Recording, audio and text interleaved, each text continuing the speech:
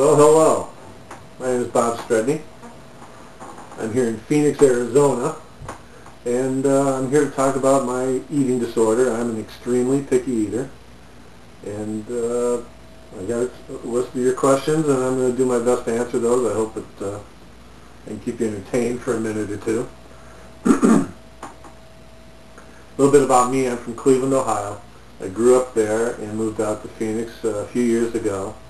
Out here I'm a painter. Back there I worked in sports and video production, sales, and a number of different things. So we're here, we're single, and we're looking. So to sum up my eating situation, it's a mess. It's a nightmare. It's a horror story. And that's probably the best I could say about it. The foods that I eat are breads. I'll eat some cheese. Basically, grilled cheese is kind of the main meal. I eat a little bacon. I'll have pancakes. I'll have waffles. But it all falls in the bread family. Sweet things. Cookies and cupcakes and cakes and sweets and sweets and sweets and more sweets. Soda pop. Gatorade.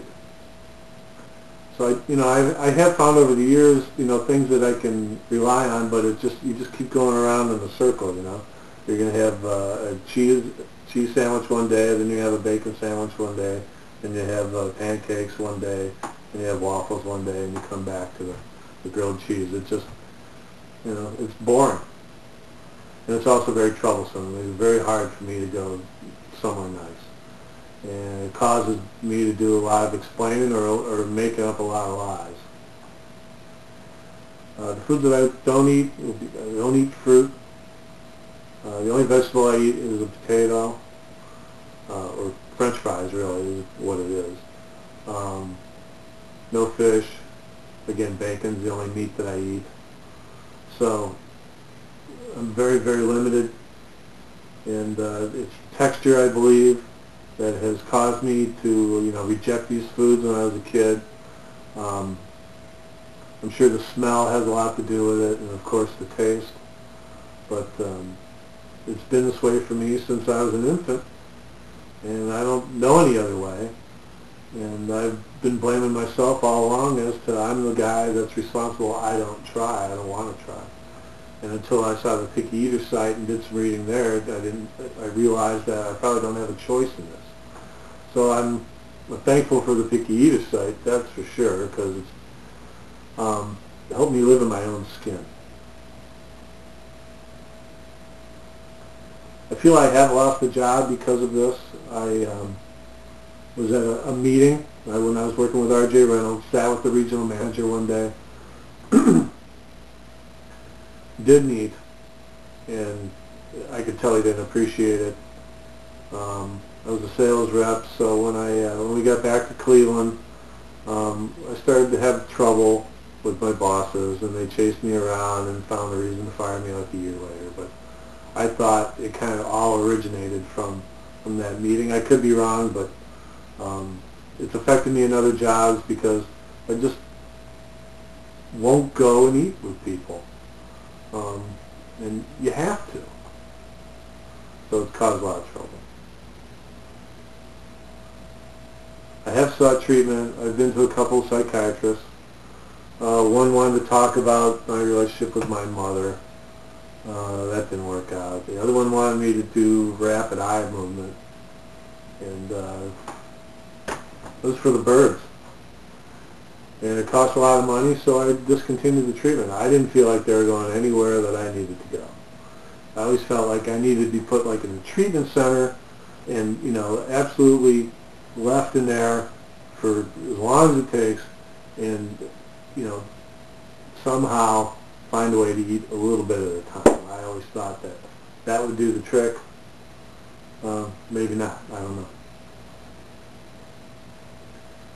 My family and my friends, there's a couple different ways that they feel about it. My friends, they think it's funny, They think it's a joke. And, they don't know.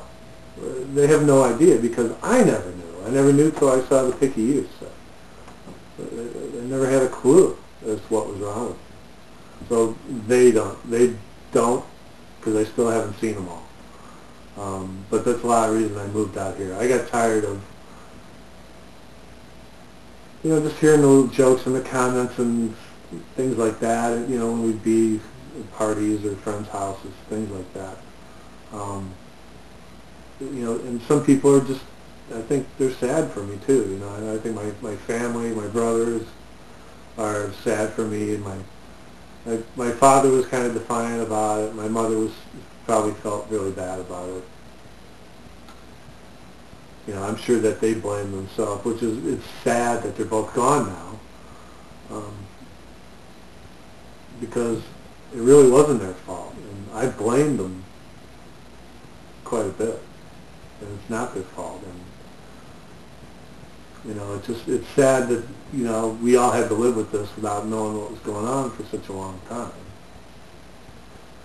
So in summary, I think my friends and my family just kind of did the best they can do with it.